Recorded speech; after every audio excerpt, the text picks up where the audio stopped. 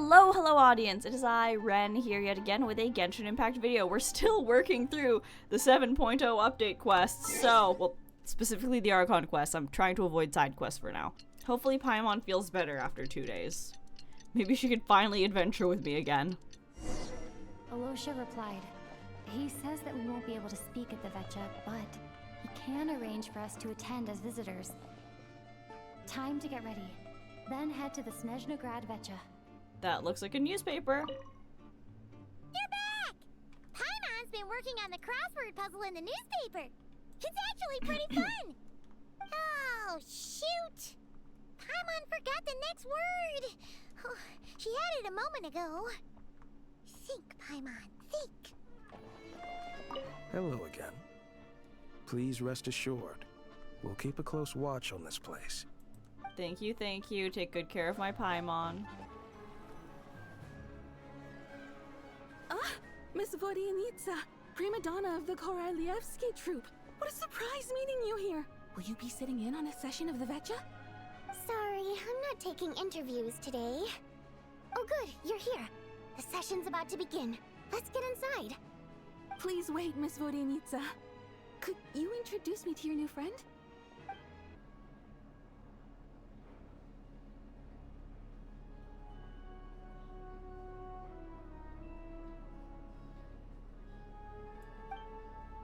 Shortly after you take your seat, the meeting in the Snezhnograd Veche officially begins. Discussions on whether to extend Project Shtuza are saved until the end.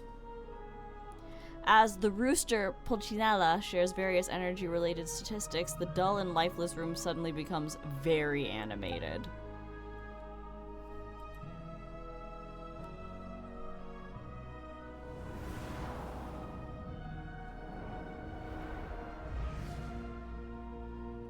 In summary, the energy management commitments made for the outgoing period have been delivered upon. Furthermore, both the production and consumption of Kresnik Crystal show clear signs of stabilizing. The relevant agencies have assessed the present circumstances and determined that the status quo can be sustained until the next period. For detailed statistics, I would refer you to the industry reports that have been distributed to all persons present.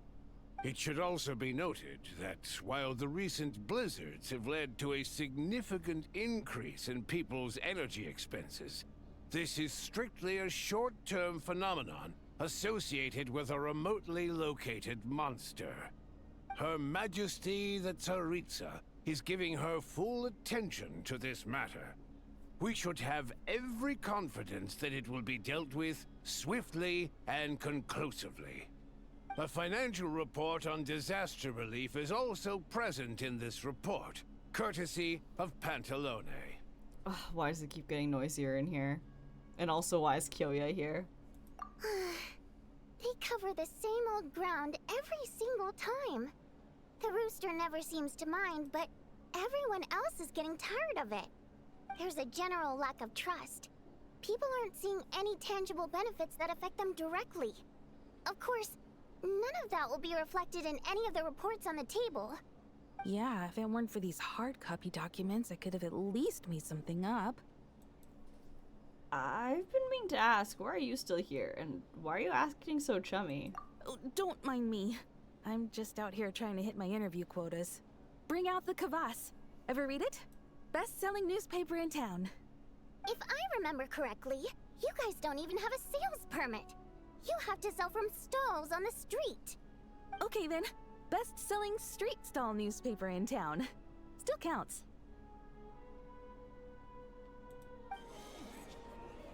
Order! We will now open the floor to the representatives. If there are no further substantive issues to discuss, we will then proceed to a vote on this motion. Snezhnaya has a long tradition of treating members of the Fatui armed forces and their dependents favorably. But recent surveys shows that Fatui families in remote areas have access to 15% less crystal than the average civilian family in Snezhnograd. It's been said many times before, but it bears repeating now. There needs to be a clear and consistent rationale behind how crystal is allocated or we will soon face immense public backlash. Perhaps you wouldn't need to keep repeating yourself if you would hear me out for once. I say again, true consistency exists only in principle. In the real world, fairness is relative. You appear to treat resource allocation as a simple function of production and population. So what about when the equipment used in production breaks down? Have you factored that into your equation? And do you even know how long it's been since Snezhnaya last conducted a census? If I knew the answers to questions like that, I'm sure I'd be a very wealthy man. And I doubt I'd be going by child. I love him. I'd like to bring the focus back to the specific issue I raised. Or do you wish to deny that favorable treatment for Fatui dependents is our long-standing policy? It's easy to be a critic when there's no accountability.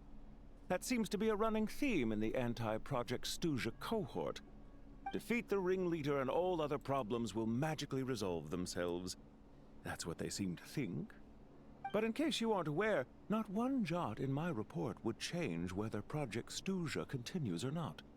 So you have no intention whatsoever of finding a solution to this problem? On the contrary, I'm the only one here who ever brings solutions. Child opened by speaking up for the armed forces. Regrator struck back with style and a war of words ensued. Our reporter was live on the scene to get the audience's reaction as it all unfolded. Who do you support? I think Child raised some issues that need addressing. The people have spoken! Child received raucous applause from the crowd as he pushed Regrator onto his back foot with a relentless barrage of questions. It had to be seen to be believed. Now you see why they don't have a sales permit. However this reporter wants to spin things, I haven't forgotten that Tartaglia was representing the Northland Bank when we first met in Liyue. So, surely their relationship can't always have been this strained. You two are getting off topic. Let's focus on what the data is saying. Mr. Pantalone, may I speak on your behalf? Oh, please do. I'm more than happy to save my breath. Crystal distribution policy undergoes modifications with each new period. The ultimate goal being to find the most reasonable method of allocation, which I believe is what Mr. Tartaglia also seeks. But I fear many may have been misled on this topic by extremist activists. To clarify, Project Stuja is not the root cause of the problem. It is merely a framework for resource distribution. The most recent reports all point to Snezhnaya's resilience and adaptability during this period of fine-tuning, and give clear indications that a distribution framework is improving with each iteration. To make drastic adjustments without first considering the risks would likely do more harm than good. It would be a waste of the hard-won experience we've gained to date. Renowned scholar of finance, Arapov spoke up to clarify the fiscal logic, clearly alluding to social organizations like the Rokot in his words. With the notorious Lelek still active to this day, should the Rokot be held responsible? No, there is someone else to blame. Where do you get Rokot from, and who is this Lelek? She's just rephrasing what Mr. Pantalone said.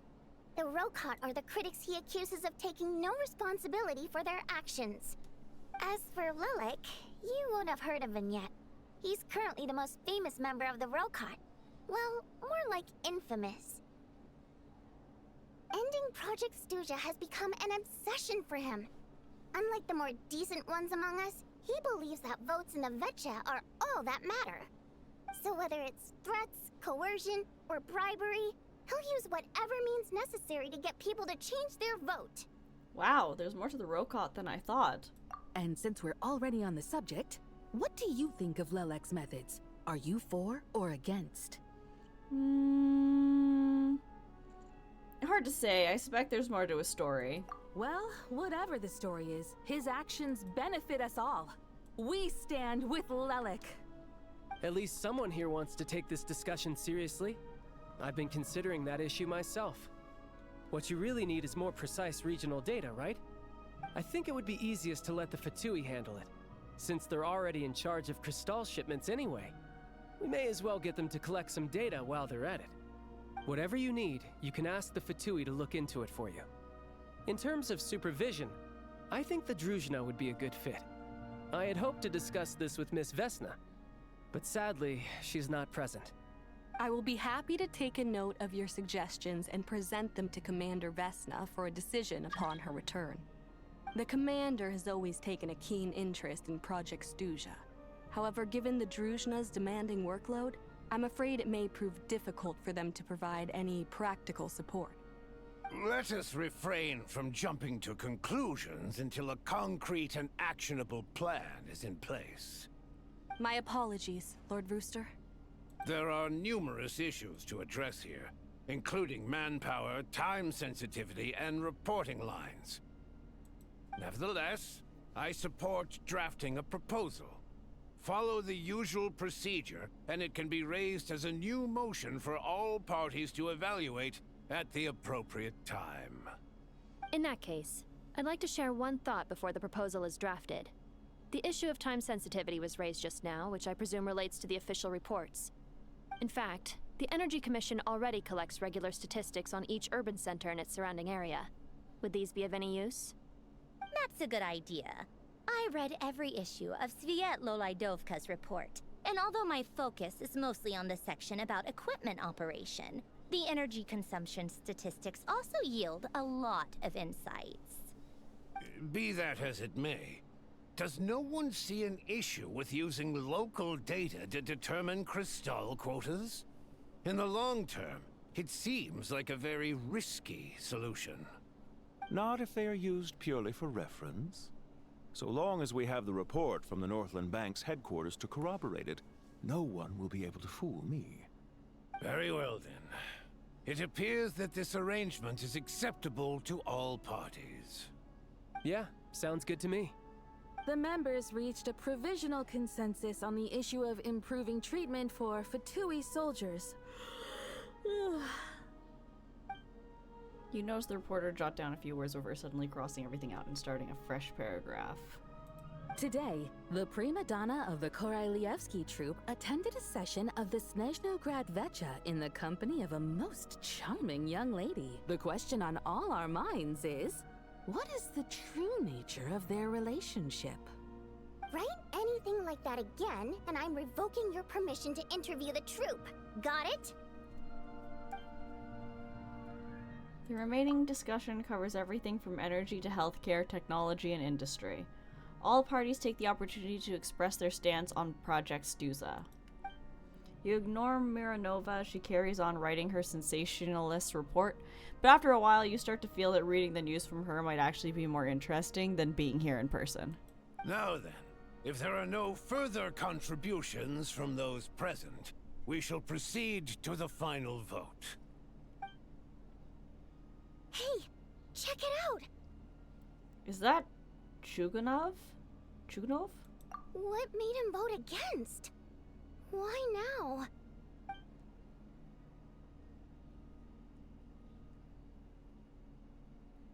The votes have been tallied. Those in favor of continuing Project Stuzha total 61%, securing a clear majority. That was too close. The margin has shrunk yet again. Chuganov was a huge loss. I'll bet Lelik is behind this. I wonder how Pulcinella will respond this time. Chuganov. I see. Lelik strikes again. Yes, go Lelik.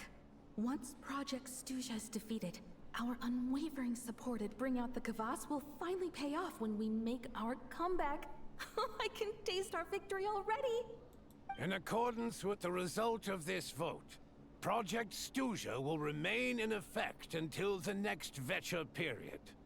Finally, may I remind us all, we debate only for the greater glory and solidarity of our nation. May the aurora shine ever on, and the tundra always stand firm. The session is concluded.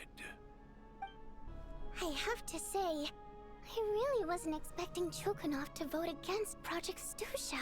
Why? What's so strange about that? Well, in principle, Snezhnaya's business and political elites ought to be the ones least likely to oppose it. As we heard, Project Stuja is basically just a resource distribution framework that requires everyone to cut back during the winter. But even if the policy got cancelled, the Tsaritsa's energy needs wouldn't suddenly go down. The extra demand from the public would have to be filled from somewhere. So logically, the factories would have to take the hit. This explains a lot. I got a letter from Mr. Mitya just before today's session. He said he's confirmed that there are issues around overtime and excessive energy consumption at the Iskra manufacturing plant. In a situation like this, once the Rooster receives the report, he'll order the factory to halt production and submit to an investigation before issuing a penalty. But that's a week-long process, and thus didn't make it onto the Veche agenda this time. I don't think he suspects anything so far. Got it. So for him, it's a choice between reducing production and stopping entirely. Exactly. And as you know, he's a very selfish person. I was originally gonna try and flip him after he received notice of the official sanctions. My plan was to convince him that the whole thing was completely unfair. Rather than just sit back and take the hit while his factory stopped production, he'd be better off voting to end Project Stuja. At least that way, no one else would be able to make any money either, because all the factories would suddenly have more limited energy to work with. But now, he's already voted against it, which means someone must have used more forceful means to change his vote. Just like with everyone else who flipped. You mean Lelik? And I also cannot believe that we are having this conversation in this building. Shaking my head. Yeah. No one knows why Lelik is so obsessed with ending Project Stuja, but by the looks of it, he's inching closer and closer to success. Lelik must have strong motivations, given how he'll stop at nothing to achieve his goal. Maybe he knows the full truth of Project Stuja. Maybe my next step should be to focus on him. Oh, right. What are your plans for the rest of the day? Shall we head out? Hey, comrade. I noticed you were here during the debate. My buddies! I didn't take you for a political enthusiast. Greetings, Harbingers. I just happened to have some free time today, and my new friend here thought it might be fun to check out the Veche. Ah, Odette must have introduced you. Looks like you two are getting along pretty well. I'll leave you to catch up. I should head back to the troop. Sure. Break a leg and all that.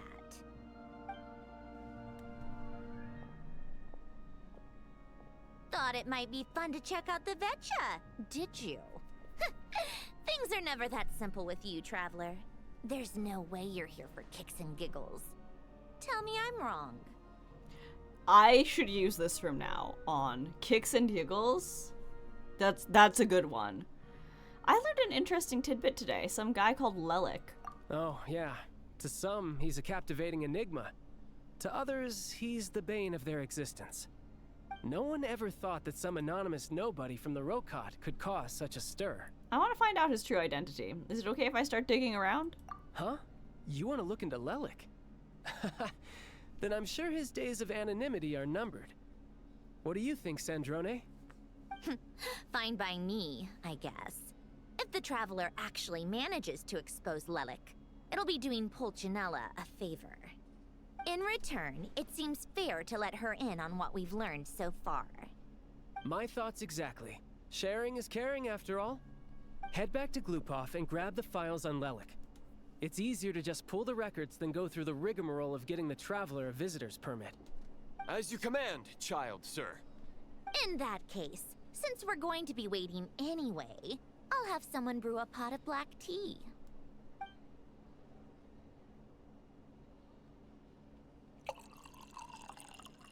One common thread among the many incidents Lelik has been involved in is that the victims are all too scared to share any real information about him. Clearly, he must have threatened them in some way. His modus operandi is to silently infiltrate the scene and leave a threatening letter behind. But neither the letters nor the crime scenes ever yield any clues to his identity. Theory, it's that guy's scarf. So all these files have to offer are short statements by the people affected. They don't give us a lot to go on. If nothing else, it shows we're dealing with a trained professional who's versed in counter surveillance. Yes, and to that point, he often strikes in highly secure locations. The victims are high-ranking and influential people who take their personal security very seriously. Somehow, Lelik slips right into their rooms without making a sound. There's never any eyewitnesses, nor the slightest trace of a break-in. If he can get in and out undetected, it means he can strike without warning. Not that that's ever happened so far, but the thought is enough to scare these people sleepless. It's hard to believe that a human being could pull this off flawlessly every time, so they switched the focus of the investigation to Faye. Unfortunately, no one's found anything yet. Are you saying even you couldn't pull it off? Careful. Don't underestimate me. Although truth be told, I'd probably find it hard not to blow my cover. Direct confrontation is more my style. We haven't ruled out the possibility of Lelik being human. It's just, there can only be a handful of people in all of Teyvat who'd fit the profile. Faye, on the other hand, plenty would have the ability, but few would have the motive. So it's someone as strong as Tartaglia and even more meticulous. No, not as strong as me. You'll never find the culprit with criteria like that. Let's go with a little weaker than me. Nouvelette? Oh, you hit me right where it hurts. I'll admit, he's strong and meticulous. But can we at least limit this to candidates who have something to do with Snezhnaya? She's just trying to find a reference point. Stop getting fixated on who's stronger than who. But that's the most important thing. In my opinion, anyway. I should have spoken about Skirk instead. That would have hurt you even more. Alright. Let's take it down a notch or two. How about Odette as a reference point? She's someone we all know and I've seen her in action. Odette? Yeah, that seems about right. Her skills are solid, and she's always calm under pressure. Except she's Fatui, so the likelihood of her working against us is pretty low. But yeah, much more accurate than your previous example at least. No, wait a moment. Maybe we should interrogate that assumption. What do you mean? Which assumption? Her Fatui identity doesn't necessarily exonerate her. And when you think about it, the Rokot would be precisely what she needs to conceal her identity. Plus, she wouldn't need to be such a pro at covering her tracks. She'd already know where the Fatui will be and when, so she could choose the perfect time to act. Oh, yikes. I was just thinking out loud. Why is this starting to sound like such a convincing theory? Still, what reason could Odette possibly have for trying to call off Project Stuzha? Arlecchino would be the best person to ask. She knows Odette best. Unfortunately, she isn't back yet. Where is she? Rosaline used to open up to her in private about her struggles with Odette. As I'm sure you can imagine, Arlecchino is quite a lot better with children than Rosaline was. She gave her some tips on how to handle the situation, and Rosaline managed to reach a settlement with Odette before leaving. So I suppose there were at least no lifelong regrets left behind. Beyond that, I don't know the details about that side of things. But I do know that Odette definitely has a motive to hold a grudge against Project Stuzha. The reason being, her father passed away during the early stages of the project. That was back before it had been named Project Stuzha, when things were still being worked out. But in essence, it's remained the same ever since. Huh. The more you know. Rosaline was always so self-centered. I never understood why she started paying so much attention to Odette. Oh, even you didn't know about this? Is that such a surprise? If you cast your mind back, you may remember that Rosaline and I weren't exactly close. We had tea together a few times, but that was about it. Odette's past is no secret. Her father was a Fatus, and her mother was a very famous ballerina. On the surface, it looks like she followed right in her parents' footsteps. But the truth is quite a different story. After her father passed away on a mission, her mother was overcome with grief. She broke her leg during a performance and could never dance again. Odette was only interested in ballet at the time, but this tragedy left the family with both breadwinners gone. They could barely make ends meet. Per Capitano's policy, family members of Fatui who died in the line of duty had to be appropriately accommodated and provided with adequate assistance. So, regardless of how Rosaline may have felt about it, it fell to her to resolve the issue of Odette's family's livelihood. In the end, the solution they agreed upon was to have Odette join the Fatui. Right, because the alternative would have been a one-off compensation payment, I guess. In that sense, joining up was definitely the better option. Still, she must have had mixed feelings about it, right? If she doesn't even like the Fatui... It's just a theory, a possibility. But as a motive for Odette to become Lelik, it holds up.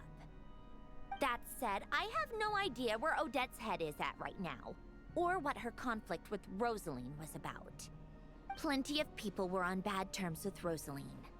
I have no intention of trying to figure it all out. So Signora actually wanted to mend her relationship with Odette? Yes, but there's not much point in discussing that now. Yeah, back to Lelik. Since our investigations so far have turned up next to nothing, we've got nothing to lose by trying a new angle. Funnily enough, Tonya and I had actually made plans to go to the theater tomorrow to watch Odette's rehearsal. Unfortunately, thanks to this Lelik situation, I'll be stuck working overtime again. Which means you can go in my place. No point wasting the ticket. Plus, you'll get to meet Tonya. I'm so excited. I get to meet Child's family. This is huge. This is so big. What's the rehearsal for? Spirit Seeker. Quite the classic ballet. It was passed down through Odette's mother's family for generations, though it hasn't been performed in years. But Odette's been practicing it diligently, and it's finally ready for a return to the stage. Excitement is through the roof. Tickets for the official performance sold out long ago. Tonya's excited for it too. She's desperate to see it no matter what. Personally, it's not really my kind of thing, but since she's my little sister, I had to figure something out. I've actually seen it several times before. The story's pretty straightforward. The lead character follows a trail of clues left behind by a spirit, gradually recovering her memories along the way. It's a tale of love and regret. So not exactly reinventing the wheel, at least by today's standards. But when that classic melody kicks in and the lead character begins to dance, it always gets me. It really is beautiful. Not an easy dance to do justice to, though. I know it's always been Odette's dream to perform this piece, but I'm not sure she's really ready. In that case, I think that even if she is Lelik, we should wait until her performance is over before we respond. I'll let you take it from here, comrade. Oh my goodness, this next section is supposed to be like 4 hours long. Okay, we're going to talk to Paimon and then end this bit. Sounds like you've made a ton of progress today. It's good that everything's going so smoothly. Next step is to head back to the theater and get a clear answer from Odette. It could be easier said than done. Even if she's the one, she won't necessarily admit it. Either way, Paimon doesn't get the sense that she's a bad person. Sure, she might have done some pretty extreme things, but Paimon bet she has her reasons. Maybe this is going too far, but like, with everything she's managed to do so far, wouldn't it make more sense in theory to be even more, you know, heavy-handed? Why leave a letter when she could, well, we know there are plenty of other ways to keep people in line, right? The point is, she could have gone further, but she didn't. So, if it is her, she's got some principles at least. I want to believe in her too. Yeah! Well, all you can do is follow the facts wherever they lead. Well, Paimon, how are you feeling today? No change, really. But that thing Paimon told you about yesterday? Paimon feels like she can sense it more clearly now. Hearing you talk about your day makes Paimon itch for an adventure. If only she could be there with you so we could experience it all together. Yeah, I wish you could be there too. I'm not used to adventuring alone. But don't worry, we'll get to the bottom of this.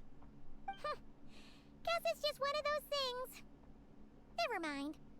Paimon will behave herself and keep resting.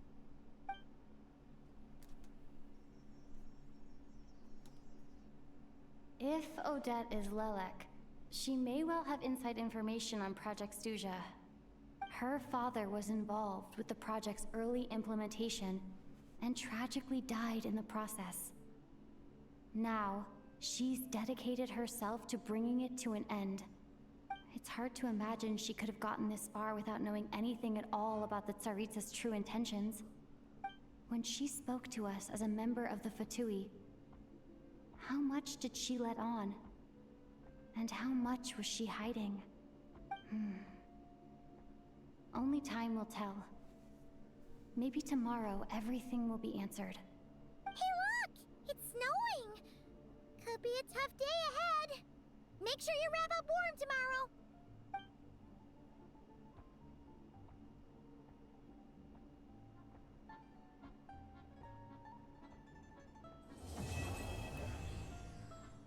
Okay, I finished Act 1. That's huge. Okay, everyone, thank you so much for being here. Like always, don't forget to like and subscribe. Stay happy, stay healthy, stay hydrated, and I will see you again next time. Bye now!